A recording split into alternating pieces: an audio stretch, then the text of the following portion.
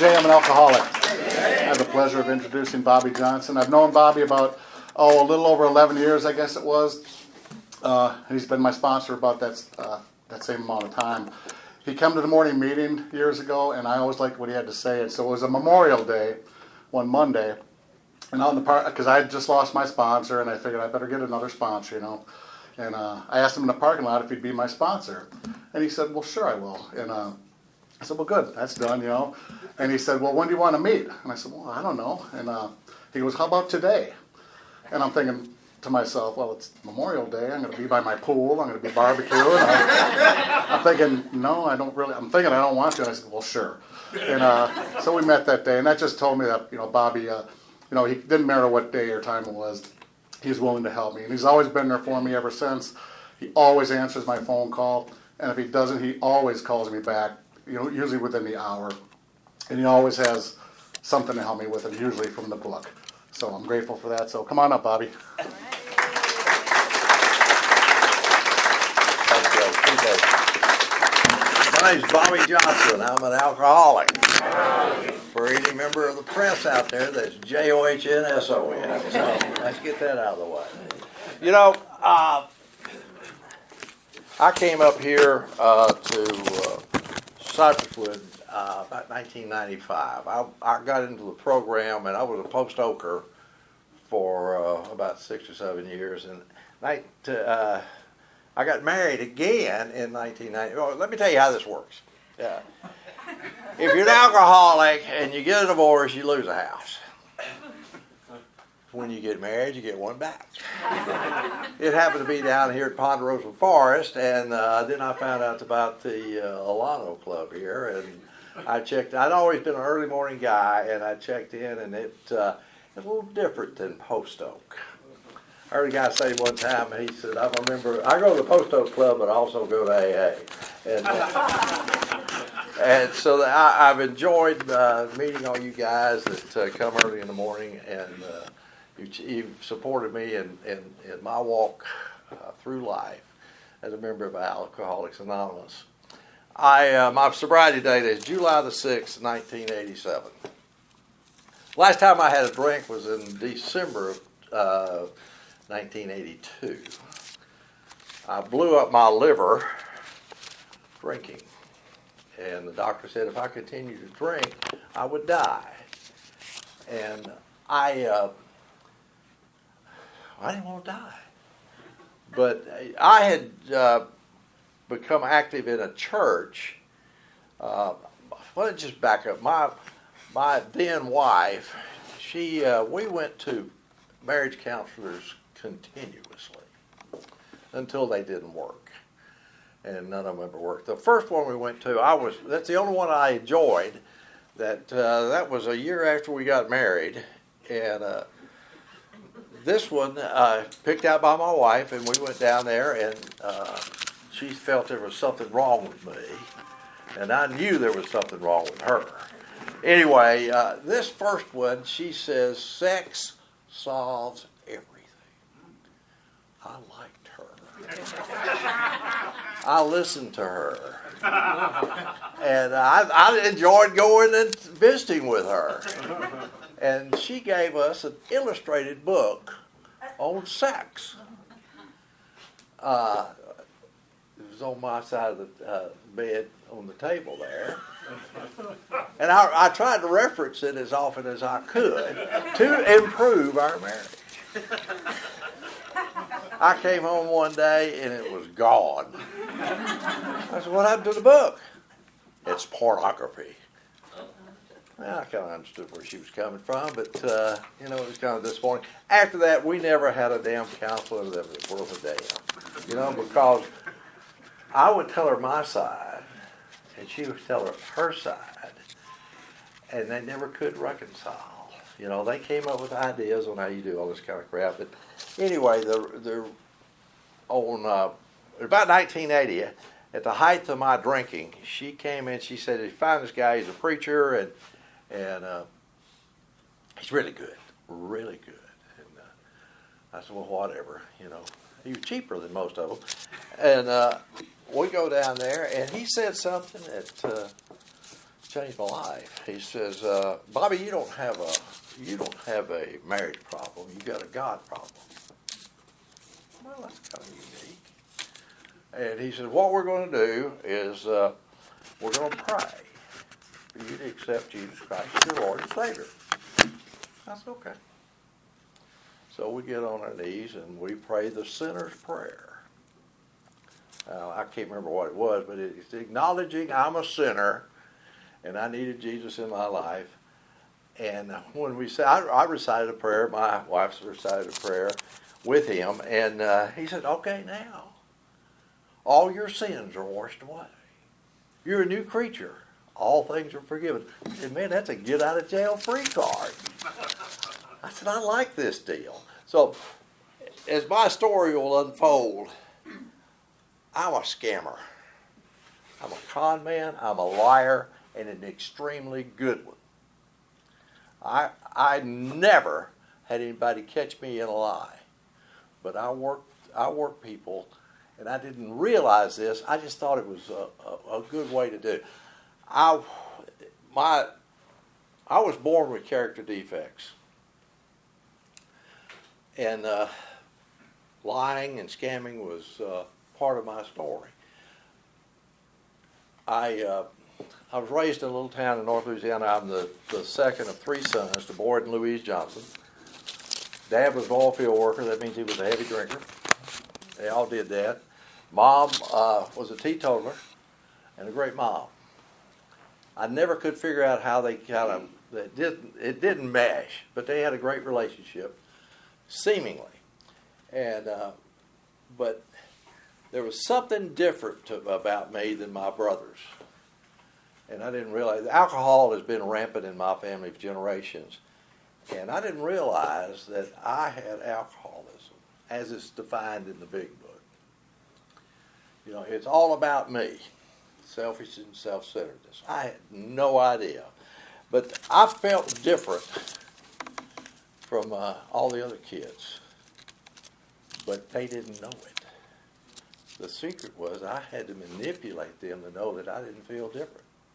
And I became a master of that. I guarantee you, I was the best liar you've ever seen in your life. I made friends with everybody because if I was your friend, I could manipulate you. And I didn't think there was anything wrong with it, but I felt different. And going into the 8th grade, the high school, we had 250 kids in the whole high school. That's 8th grade through 12. And they had this thing. My older brother was a really nice guy. Everybody liked him because he's just a really nice guy. I copied him, but I wasn't really a nice guy.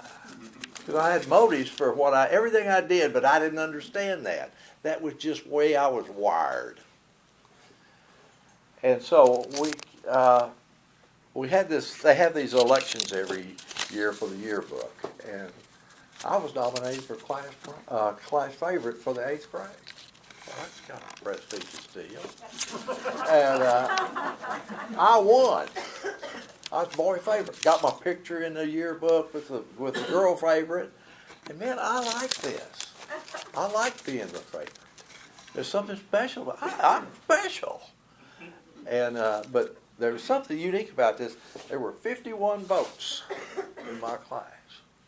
I got 26. One more than I needed. I voted for myself. And I had to keep, I said, I can never tell anybody that. What would they think? Because I was all into what did you think about me. So, for the rest of I'm going to get this out of the way, Jay. For the rest of my high school, I was the most popular kid in high school. I was favorite twice. I was on the student council for 4 years, vice president my junior year, president of the student council my senior year. I was boy state between my junior and senior year. That's a very prestigious deal. I was Mr. Junior my junior year, and to crown my high school career in 1965, I was elected Mr. Pelican. Mr. Pelican is the mascot for the Fighting Pelicans of Fuller High School. Kind of a wimpy mascot, obviously. But I took that and I said, my God, this world is at my feet. I'm obviously going to be extremely successful. Okay. Now there's another thing this lying and there's also a lot of cheating going on. I only had so much time in the day, and this time requiring study just wasn't that important. So I would call up a neighbor. She lived on the next street. She was real smart, and I would call her. Can we study this stuff? Can we study tonight? Which bit? Can I copy your homework? And nobody ever said anything. They always let me do it.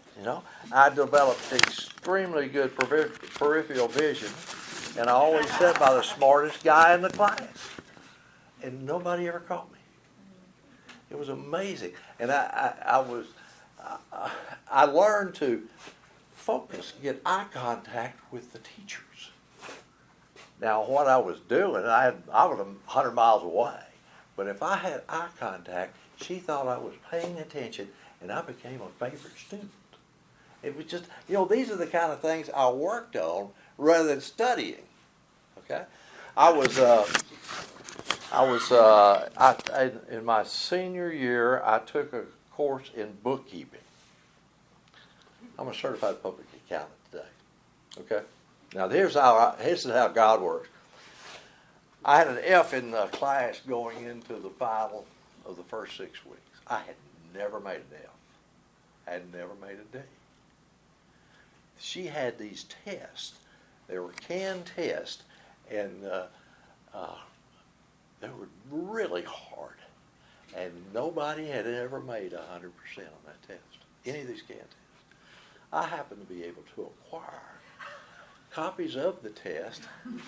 More importantly, I got copies of the answers to the test.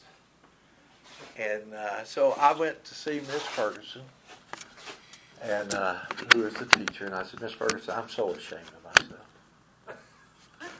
I have let myself down. I think I've let you down. I have not applied myself like I should have. And I've got an F. And if I made 100% on this test, which nobody's ever done, all I could do is bring it up to a D. And I said, I tell you what, I'd like to make a deal with you. If I make 100% on this test, would you give me a C? She said, Bobby, if you'll make 100%, I'll give you a C. I took that test. I didn't even read the questions. I had copies of it. I just memorized the A, B, C, all the multiple choice, and just fill that sucker out. Took my time. And about a week later, she said, class, we have, for the first time ever, somebody has made 100%. Well, I had the girl next to me, you got a copy of the test. I said, no. You know one thing I would do? I would not share these tests with anybody. I kept them to myself because I didn't want anybody to take the chance I'd get caught cheating. But for the rest of the year, I'd make a 96, 94. I just missed 2 or 3. Never made 100% again. But I thought that I didn't know anything more when I left that class at the end of the year than I did.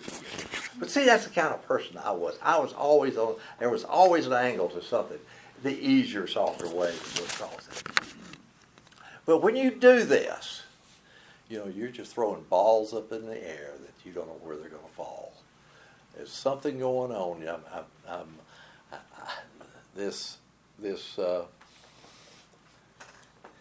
The idea that I can just get away with this and there's no consequences is not there, because there are consequences to doing that kind of stuff. I graduated from high school, and I told my dad I wanted to go to LSU. He said, you're not going to LSU. You'll go down there and party and you'll flunk out. That's my dad. He said, you're going to go down here to Louisiana Tech. You're going to major in business, and like your older brother, and you're going to commute. I'll pay for the gas, but you'll have a carpool, and that's what it's going to be. So all my friends went to school. I'm sitting there commuting every day. I'm not having any fun. And what are you going to do? Well, I scammed a scholarship out of the state of Louisiana. And I worked. I was always good at working. I saved up a bunch of money. And I didn't know I had that scholarship till I went through registration. And that was my sophomore year. But before I went through registration, something very special happened to me. The night we got down there, I stayed in a dormitory and I met all my friends down there. And Ruston, Louisiana, where Louisiana's headquarters was dry, and I went to, there was a place called Moon's that was the first bar in West Monroe, Louisiana. It was about 25 miles away. And we just, after we settled in everything, we drove to West Monroe, Louisiana to Moon's. Now, I had had a few beers, but because of my mom and her discipline, she didn't tolerate any drinking, except Dad, you know. Dad couldn't do it in front of her, but he had a bottle behind the laundry hamper in the bathroom. We all knew about it. But anyway, I went over there, and I felt the sudden ease and comfort of drinking 3 quarts of Budweiser and a 6-pack of Champagne malt liquor. That was my introduction. I was an instant alcoholic because I had never been that sick after, when we got back. I threw up all night long. I had to drive east. I didn't think it would ever. Went on into the next day, and I was trying to register for college, and I was, in the flower bed over there. And but there's something with, I'm going to do this again. I have to learn to control and enjoy my drink. I had the obsession right out of the box. I was instant alcoholic. Now, circumstances were such that I couldn't just turn into a lush. I had to learn to control and enjoy my drinking. So I had a lot of practice, and mostly on the weekends and whatever, but everything started to center around drinking. I love the effect of alcohol. Because you know what? When I drank alcohol, I felt okay. All those fears and what's this, what's that, they went away while I was drunk. When I sobered up, they came back. So, anyway, I went on through college. That was my sophomore year, and alcohol became a big part of it, but it didn't appear to be an issue. When you're in college, everybody gets drunk. You go drink to get drunk. Let's just have a drink. That didn't make any sense. Anyway, so I always had a job. I always had extra money. And I played in a rock and roll band. I was a rock and roll star for a couple of years there. Not very successfully, but we were louder than we were good. But loud's the only thing that counted that day. And anyway, my grades were.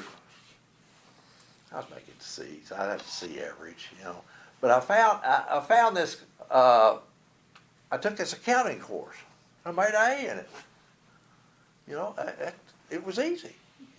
You have your natural born athletes, and then you have your natural born accountants. I was a natural born accountant. I walk in there, I understand this stuff, and I always did. So I made A's and B's in accounting, and not so much on the other stuff. And so I decided to be an accounting major. In my junior year, I remember I said, I'm 2 years into this 4-year program, and I gotta get my act together. My grades are crappy. I'm gonna need a job here in a couple of years, so I better kind of apply myself. So, and about the same time, my first sponsor told me, he said, Bobby, and I didn't know this then, or I may have made a different decision. He said, Bobby, sick people don't marry well people. Sick people marry sick people. They're attracted to each other. He said, it just happens that way. There's some chemistry there that if you're an alcoholic, you're going to marry somebody that's an Al-Anon or whatever the stuff is. But back then, I didn't know this my junior year. So there's about 6,000 students there. I tell this story this way. It's not really the way it happened, but it was kind of like it's kind of like the campus parted one day, and there she is on the other side of the campus. My future wife, the one that I would spend my life with. And, I mean, she had all the qualifications. She was attractive. She was smart and had a pleasant personality. And her family had a lot of money. Triple winner. Triple winner. You know? You know what? I asked Mom and Dad one night, I said, you know, they got a lot of money. I mean, a lot of money. A lot of money. It's old money, too. The grandfather had made it. He was an old man. And I said, how do you deal with it? He said, we don't know. We ain't got any money. So I just assumed, I pulled out Mr. Pelican, put Mr. Pelican on her, and it worked. Man, we were going to get, we dated, we were constantly together. She had a convertible too, by the way, which is not a bad deal. I didn't have a car. I did then, but anyway, I graduated. She graduated a year before I did, and she lived in Shreveport, Louisiana, and I was over there every night. I wore out, when I finally bought a car, I wore it out in a year. I'd leave at 5 o'clock at night, get home at 2 o'clock in the morning, get up to school the next day. But I didn't understand all this stuff. I mean, the family, her family was crazy, because they were all alcoholics. 5 o'clock, man, they broke out the fancy stuff, you know, the shakers and all this kind of stuff. And, man, I like this. But 8 o'clock at night, they were throwing things at each other. You know, it was crazy. But I thought I could handle this. You know? All I got to do is keep my mouth shut. I'll graduate, we'll get married, and I'll take her to Houston. Because Houston's where the money was. Anyway, something happened that scared me to death, and it should have been a warning sign. I told you I was a cheater, a liar. I don't have a problem saying that now because I was. You know, that's just part of my story. I was it was my final semester at Tech. I needed so many hours to graduate, and I had to have an elective, which is just I don't care about these courses. I'm not trying to learn anything. I'm trying to get out. And there was this course that somebody told me about. You write a paper.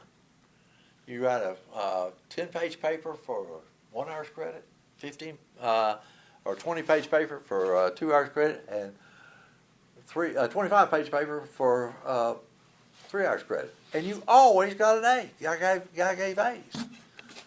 And so I'm set. It's the end of May of 1969. I've got going to get married June the 7th. Big wedding, by the way, big wedding. And going to get married June the 7th. And I had a job lined up that went to work 2 weeks later in Houston with a CPA firm. And I was facing a draft too. That was 1969, but I handled it. That's a different story. Anyway, so I went over and I signed up for this course. And there are no classes. You just write a paper.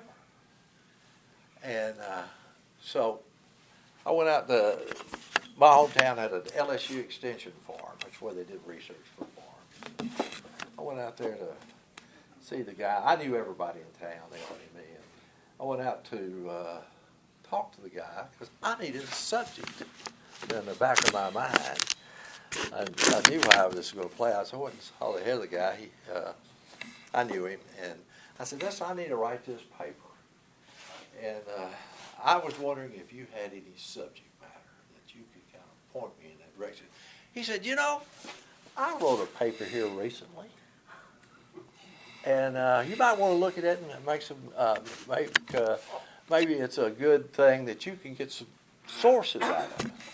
I said, I guarantee you I'll get sources out of it. I'll cut that sucker back to 25 pages, and I'll be done. Of course, I did that, and I turned it in, I guess, about 3 weeks before graduation. And I was just waiting on the grade, and I went over to check the grade. I'd taken all my finals and everything. The only thing holding up I didn't know was that 3-hour course. And I went over in there, and they started posting the grades on the door outside the guy's office.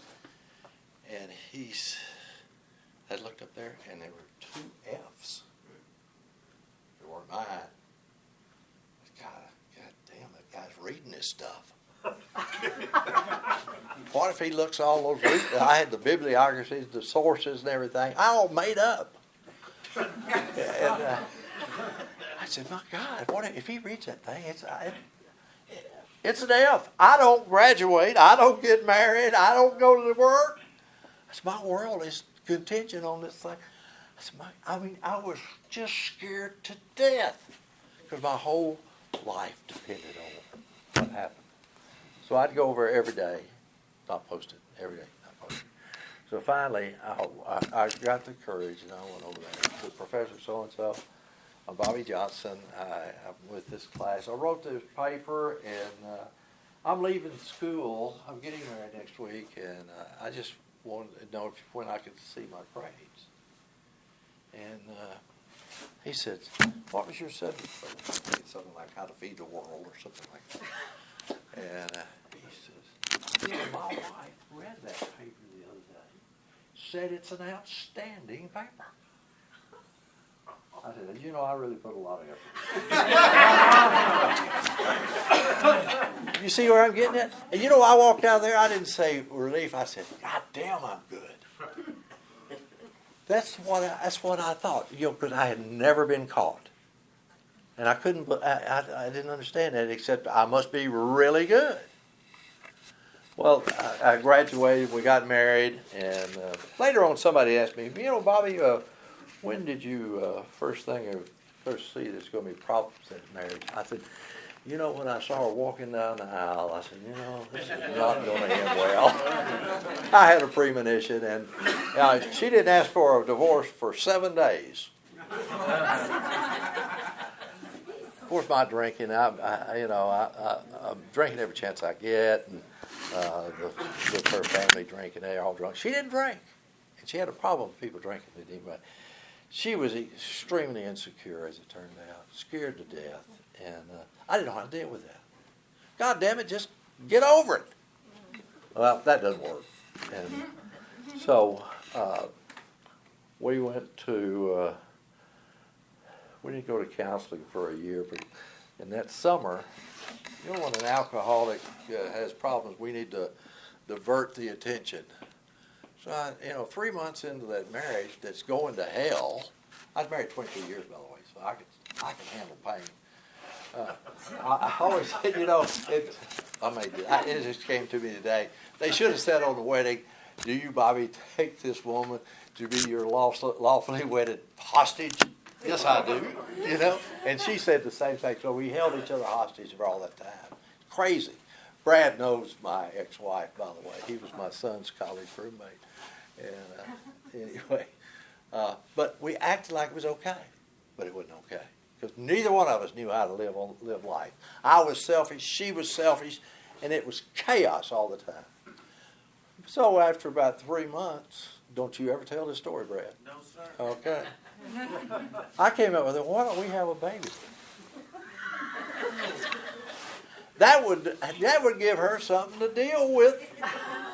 But not deal with me. God damn it, So about 8 days before our first anniversary, we had our son, Brad's future roommate. And it didn't work, by the way. It didn't. She could deal with the baby and me at the same time. But I went to work for a large CPA firm, and I was scared to death all the time because I didn't know anything. And that's just common. I just didn't know it was common. And so drinking, I'd worked for them about 6 weeks, and I got drunk one night in the middle of the week, and I was so sick the next day I couldn't go to work. And I remember telling my wife, said, call in and tell them I'm sick, and don't tell them what it's about, so they'll think I'm an alcoholic. I was. But I stayed with that firm about 4 years, and I had I was a natural born accountant, so I knew what I was doing, and I was good at what I did, except, I needed more. I didn't like those people. Oh, this is one first. I love this story. And I was interviewing from when I was a senior in the second half of the year. I was interviewing all the time. I had a C average, except in accounting. I had A's and B's in accounting. But I had overall about a 2.5 or something like that, which is not very good. And I went to interview this guy that had a CPA firm in Houston. I just did this because I was traveling every weekend or every week. I was going somewhere because accountants were in big demand, and I just traveled all over the country on their nickel. And that's what I loved, flying and drinking while you fly. Anyway, this guy was a real stickler. I mean, I'd never met anybody like him. Extremely smart. And I walked in and sat down. His name is Mr. Favre. He looked at me, he said, "Why are you here?" I said, I got an interview. He's looking at my transcript. He said, "You're not smart enough to work for me." Well, what do you do? I pulled out Mr. Pelican on him. I said, "I realize my grades are not what they should be, sir. But I want you to know I take every opportunity to sit in front of somebody such as yourself to learn from." He hired me 2 weeks later. Boy, that builds your ego. You think you got it going on. But it's not going on, really. You're just building a nightmare. Building a nightmare. You don't see it coming. My drinking just continued to... I quit that firm, got mad at them. They didn't give me a raise, so I took a cut and pay to take another job. Now that's alcoholism. I'll show them. And I went to work for this local practitioner down on the Katy Freeway. And I made a deal with him. I said, if this works out after a year, I want to be a partner. He said, okay. Because there were some things I could do for him that he couldn't do. And I was current on everything, and he wasn't. Anyway, and he didn't care if I drank. Well, I mean, that's a super deal. I mean, after lunch, which I'd been drinking at, I'm sitting in there with a cold one, doing my thing. And then I had this unauthorized relationship pop up with his secretary. And I said, this is not going to end well. And I left my wife for about 6 weeks, and all I could do was drink. I was so shook up about what I'm doing. I could keep whiskey down. I couldn't keep food down, and it was driving me crazy. But lust will trump everything. And but after about 6 weeks, I said, I can't do this. I can't do this. I went home, and my wife never knew any of this was going on. And I was scared to death, and we were still working together, and so I decided to break off the job. I'll just start my own practice. Now I didn't tell anybody that I've started my practice because I'm having an affair with my boss. This is why. I mean, the boss's secretary, and the boss was doing all sorts of crazy things. I didn't want to be partnered with him anyway. So I went and started my own business. I didn't have any business to start my own business with. The clients I thought were going to follow me out didn't follow me.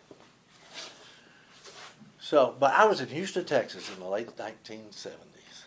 And more people were making money by accident than they were on purpose. All the place was bumped. And I found this client, and several other clients came in, and all of a sudden I'm doing really good. And these guys in East Texas, these East Texas oil men, they hired me to come down and sit in their jet airplane down to get me. I'm drinking Chevys Regal and flying in jet airplanes, and things are good, And I'd go up there and I'd stay drunk. I'd go up there and spend a week with them once a month, and I'd stay drunk the whole time because they were drunk. Everybody drank. And I remember one time they had a suite in their offices, and I'd stay there, and I didn't make it past the foyer. They had a couch in the foyer, and as far as I made it that night. And the next morning, I'm laying there hungover. I didn't want to move because everything hurt so much. And I heard the front door open. And these two guys walked in and said, well, who's that? And the other guy said, that's our accountant. I'm dying. Anyway, that's when I met right after that, that's when I met the preacher. And, I did what I always do. I was the chameleon. I'm going to be whatever a Christian's supposed to be. I started going to Bible studies, studying the Bible, and I started leading Bible studies and doing I would speak at retreats, and I'm not a bad preacher. I could have made it on TV. But it's all ego. You see, I'm living a lie, but that's what I've always done. And then July the 4th, 1987, I'm in a Christian retreat in Round Top, Texas. I'm speaking that weekend, and there's this guy I had met before. He said, Bobby, let's go to lunch. And we went to lunch and in Round Top, and he sat there and he told me his story. I hadn't had a drink in 4.5 years. I don't know how. He knew. I think my ex-wife may have said something to him, but I never asked him, and I don't know. But he told me his story. It changed my life. For the first time, somebody said something that made sense about me. Because what he did, he told he's worse drunk than I was. He had turned his whole life around. And he said, you're a dry drunk, Bobby, and you're about to drink again. And I was. I had just about had it. Everything. I was financially busted out. I owed more money than I could ever pay back. The marriage was in the toilet, just horrible. I didn't have a safe place to go. I was playing like I was this Jesus guy, and trying to convert people to be like me. What the deal? And I couldn't be honest with myself. And here's a guy telling me his story, and his story is worse than mine, and he's okay. His life is he's old. He's got a good life. And he said, we get back to Houston, I'll take you to an AA meeting. Oh, that's on Tuesday. And I walked into he went to a noon meeting at the Post Oak Club when it was down behind what was then Joski's. And I walked in, and it was the old Steamboat Lounge. If anybody knows it had been converted into an AA club, so it just felt normal for me to be in there. And I sit in the back row, and there must have been 100 people there. Big group, big meeting. And I heard things that I had never heard. People being honest. People trying to do the right thing. And they're trusting God. I'm a born-again Christian. All my sins have been washed away. Not really. Because I had all this baggage. And I look up on the wall, and they got these goddamn steps. Got 12 of them. They got 12 traditions. I don't know if we got the same thing out here. And I'm looking at it too. Well, okay, what's okay? 2, that's not a problem. 4 is a problem. When are you going to do it? 5, no way. 7 and 8, that's rest stop. 8, 9, we're not going to do it. I turned that 12-step program to an 8-step program. And since I already knew God, I'm really already there.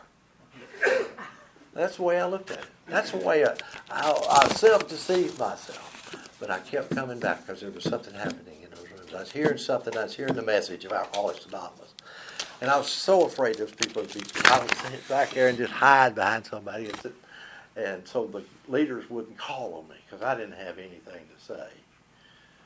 And I finally everything started working. I was broke. I started going to a meeting on a Holy Name Retreat Center. There's a guy down there, he was a lawyer, and I knew him when he was drinking, and he was kind of my idol. Man, he could really drink. And he was sober. And he turned his life around. He'd busted out financially, too. And I'm sitting there listening. And this is what happens when you go to AA meetings and you're ready. You hear. You hear what you need to hear.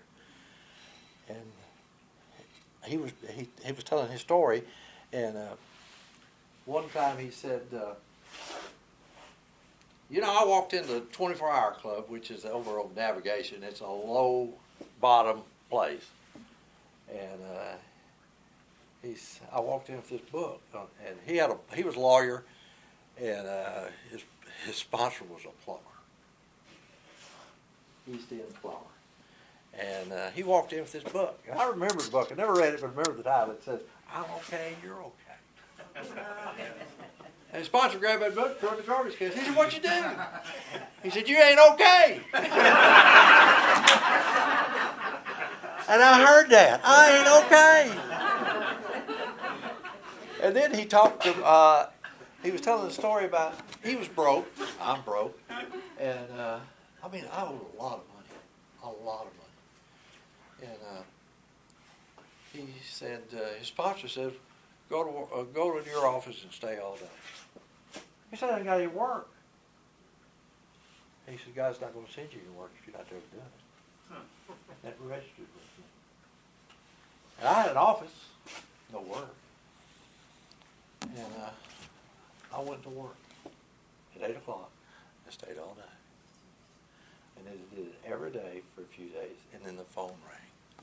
There's somebody that says, I heard about you, and you're supposed to be pretty good, and will you do my work? I said, "Yeah." Then the phone started ringing and ringing and ringing. You know what happened? I did the work, and I did good work. Not this half-ass stuff. You don't know the difference. I do.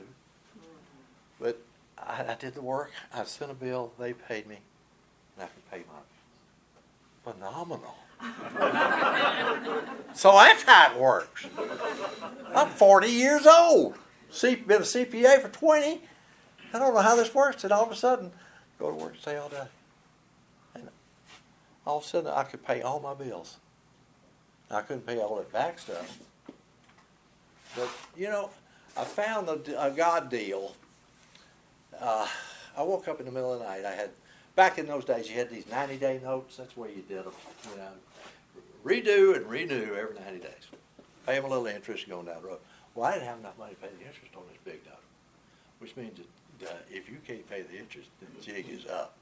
And I was living on borrowed money. I was drawing down on these lines of credits I'd set up, and that's what I was living on. And I said, "Well, that party's fixed to be over. What am I going to do?"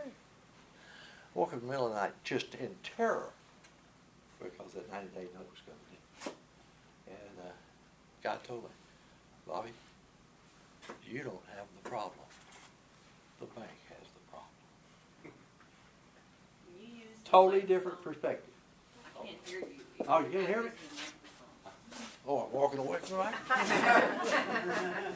Very good. Now can you hear me? Anyway, all of a sudden I had peace, and I slept the best of the night because God had told me that I didn't have a problem. It's one of those intuitive thoughts that the book talks about.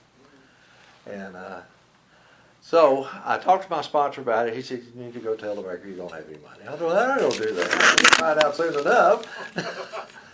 But I went and did it. The banker wasn't there, but I had the courage to go do it. And then it got exciting when they found out about it. And I said, I don't have any money. I'll pay you when I can, and I think I will. But I can't pay you now. And the bank got all mad, and I was still in the Bible study, and I had a piece of property down on the Gulf Freeway that had borrowed.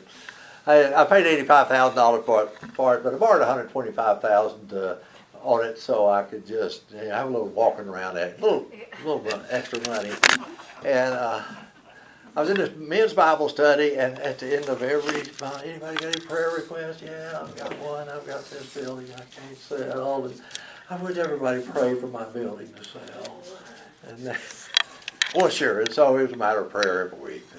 Bobby needs this building sold, God. Well, it sold. on the courthouse steps of Harris County. But when it sold, I was okay because I owed about $40,000 less than I owed before the bank bought it back. And then this other note that was unsecured. The bank, I had a friend of mine had a bank in Austin and owed him $35,000. Well, it wasn't a problem because he was a friend of mine, and they failed. Both of them failed right after this foreclosure. I said, "Who do I owe?" I don't know. One of those. I mean, how much time have I got left? I'll wrap it up. I dealt with all of that. God, I did the little stuff. God did the big stuff. There were miracles coming in there. Some stuff we couldn't give away sold up in East Texas, and I mean, it was just miracle after miracle. And one thing God told me, He said, "You will never borrow money again.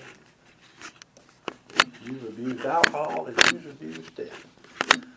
And from 1987 to the day, I have never borrowed another nickel. It took me 5 years to pay all that money back. Well, no, it took me 7 years to pay all that money back. But I paid back on my ability to pay. God would do some stuff, and then I'd do something, make a little money. And my practice really just exploded because I was doing quality work, charging a fair price, and being honest. And that's what I learned in AA. You know, all these principles you learn. They were.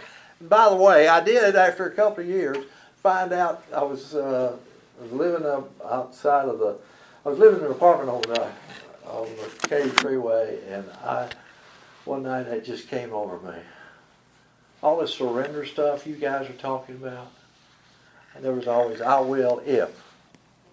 I need this. I want you to restore my marriage. There wasn't anything to restore. It never should have been. That's when I found out that, this is not going to change, so I filed for divorce. That shook me up, man, because I was scared to death. Well, am I doing the right thing? Am I quitting 5 minutes before the miracle? No. I went over there to tell her that I filed for divorce, and she started crying and said, "You owe me one more chance." Man, my heart's just, I'm about to cry too. And then she said something that made it okay. She did, "And you're going to have to get out of AA." Thank you, God. Out of her mouth came the confirmation that I was doing the right thing. And all you guys that were at the Post Oak Club supported me.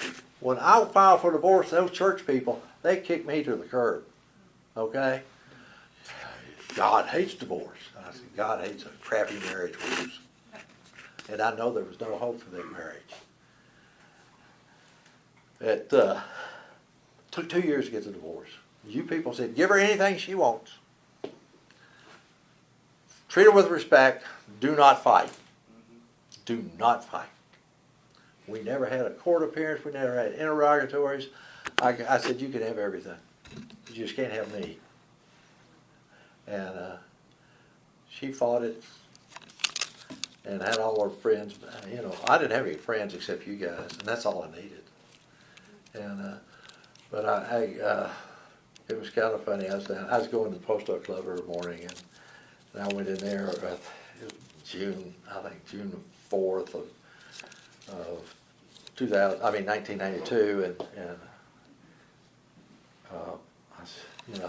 they opened the meeting, and I said, guys, I just want to let you know I got my divorce yesterday. And in the background, there's this lady said, "It's about time," and everybody cracked up, and it just lightened up the whole deal, because we don't condemn each other. We'll try to wrap it up now. I have had a great life.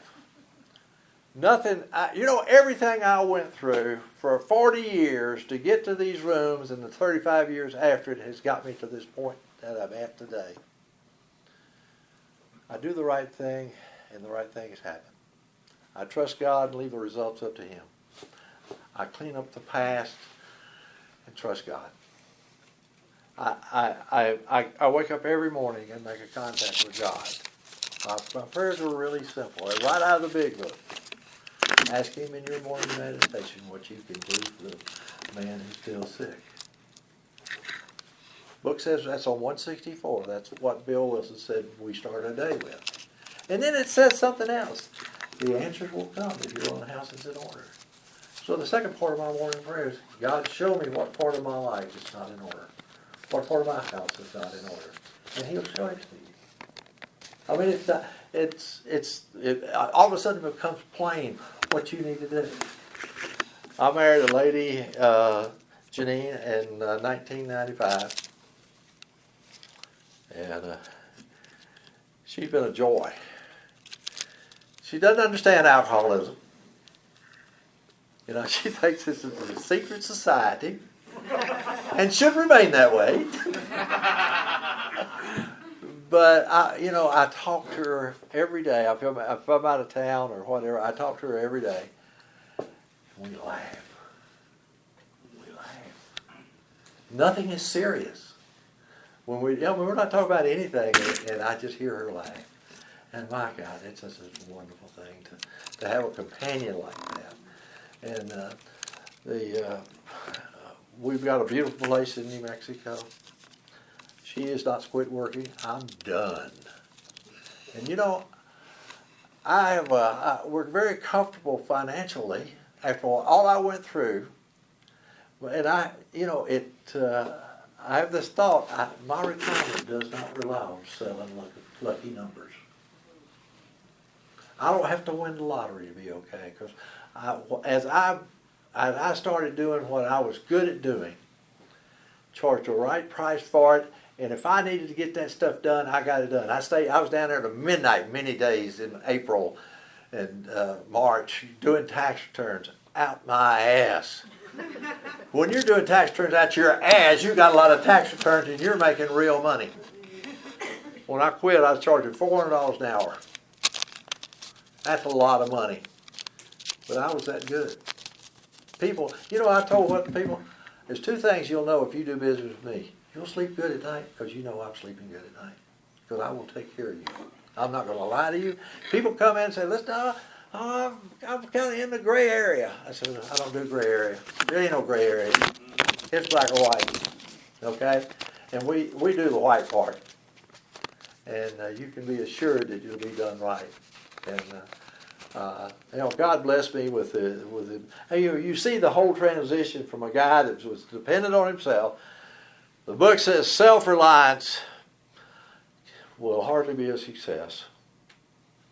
I don't have self-reliance so much anymore. Still got a little bit to keep me honest, but I depend on God. When I get scared, I go to step 10.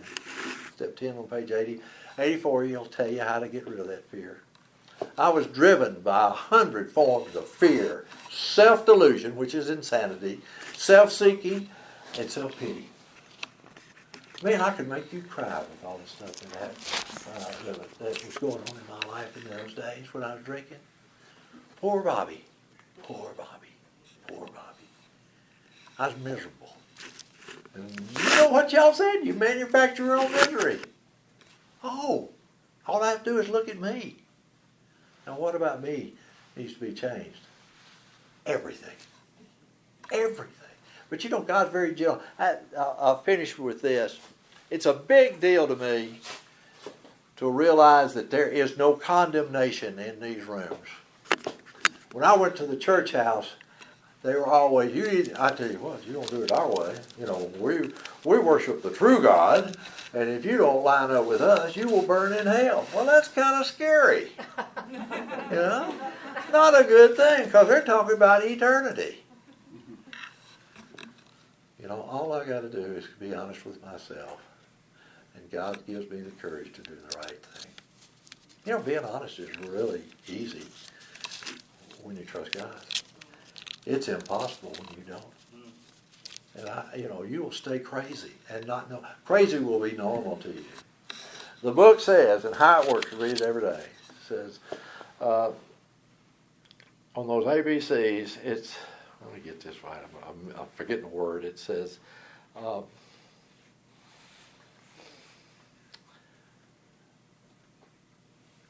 God damn.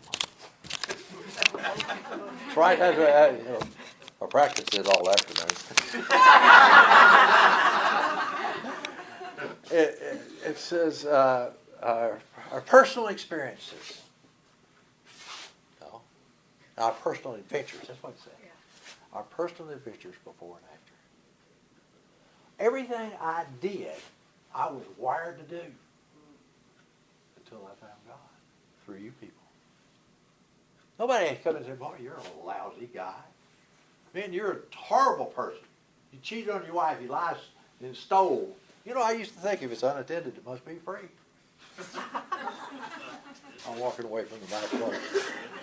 I mean, that's just the way I was. I was wired that way. I couldn't do it. If I had to go over and do it again, I would do it exactly the way I did it if I was wired that way.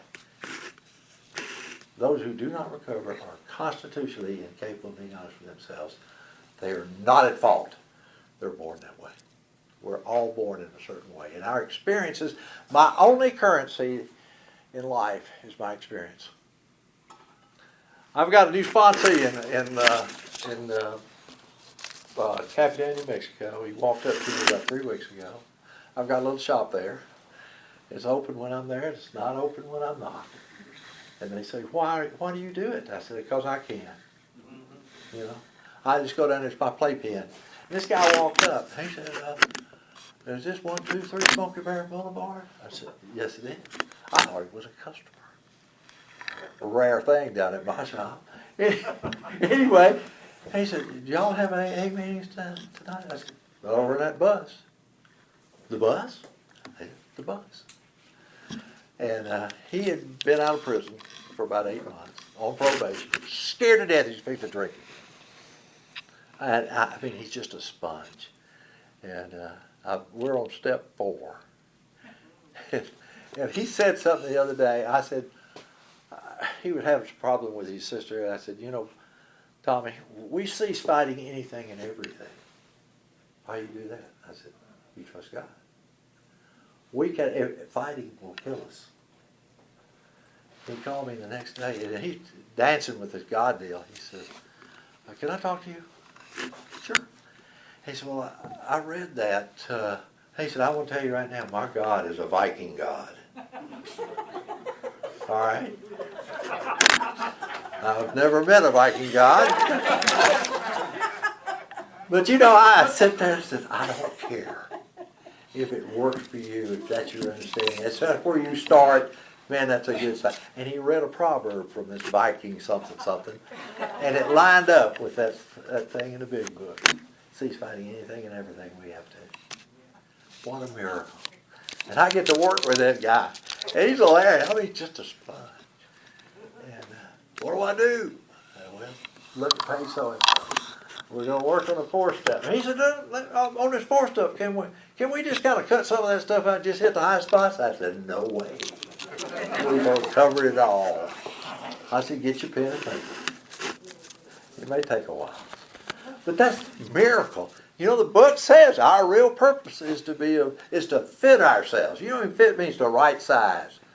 Fit ourselves to be of maximum service to God and those around us, or those about us. And, you know, it's a joy. You know, I don't have anything to do. I just piddle around my shop and play and cut cedar, and, you know, I enjoy it. I don't have any responsibilities anymore. I don't want any. Don't care about it.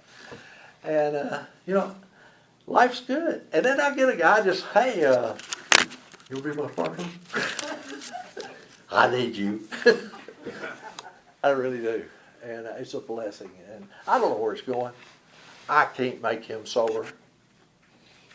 I can't do anything but share my experience. Share what I told you tonight. You know, I'm a loser. Wired to be a loser, except for God.